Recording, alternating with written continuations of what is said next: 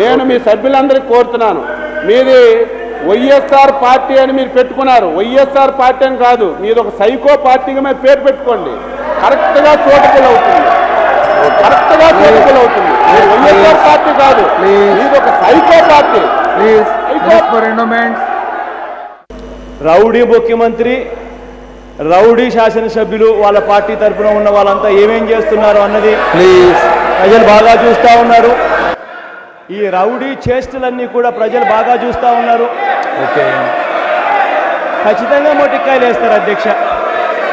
ఒక్కసారి ప్రతిపక్ష నాయకుడి చరిత్ర తీసుకుంటే వాళ్ళ తండ్రి గారు, వాళ్ళ తాతగారు మొత్తం నేరాన్ని నమ్ముకొని ఈ రాష్ట్రంలో రాజకీయం చేసిన కుటుంబం నుంచి వచ్చిన నాయకుడు ఈరోజు శాసనసభలో వచ్చి మమ్మల్ని రౌడీలు అనమైంది సార్. నేరాలే వృత్తిగా ప్రవృత్తిగా సాగుతున్న కుటుంబం నుంచి మూడో వారసుడు జగన్మోహన్ రెడ్డి గారు సార్.